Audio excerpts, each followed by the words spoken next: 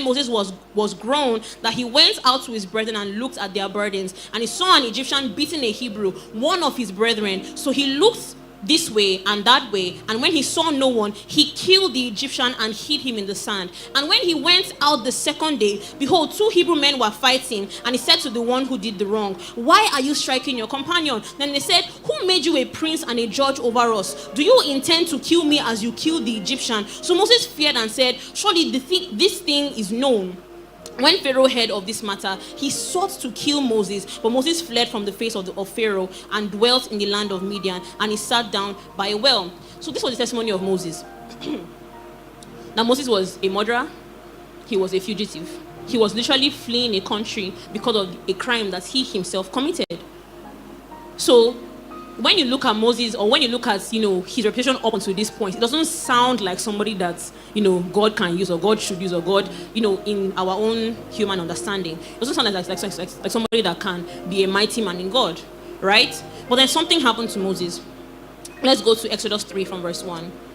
Exodus 3 from verse 1, the Bible says, now Moses was tending the flock of Jethro, his father-in-law, and the priest of Midian.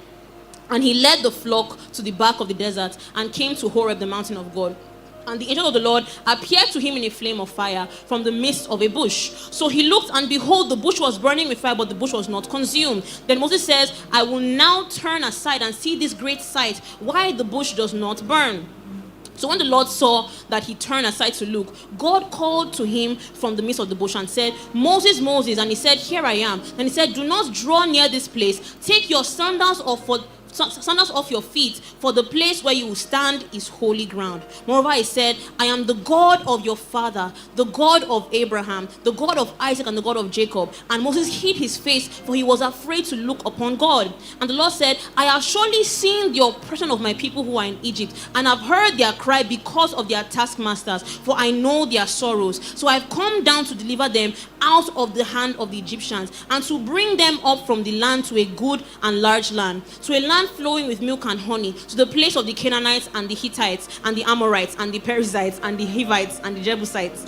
Now therefore, behold, the cry of the children of Israel has come to me, and I have also seen the oppression which the Egyptians oppressed them. Come now, therefore, for I will send you to Pharaoh, that you may bring my people, the children of Israel, out of Egypt. So like I said, this Moses, this fugitive, this murderer, has an encounter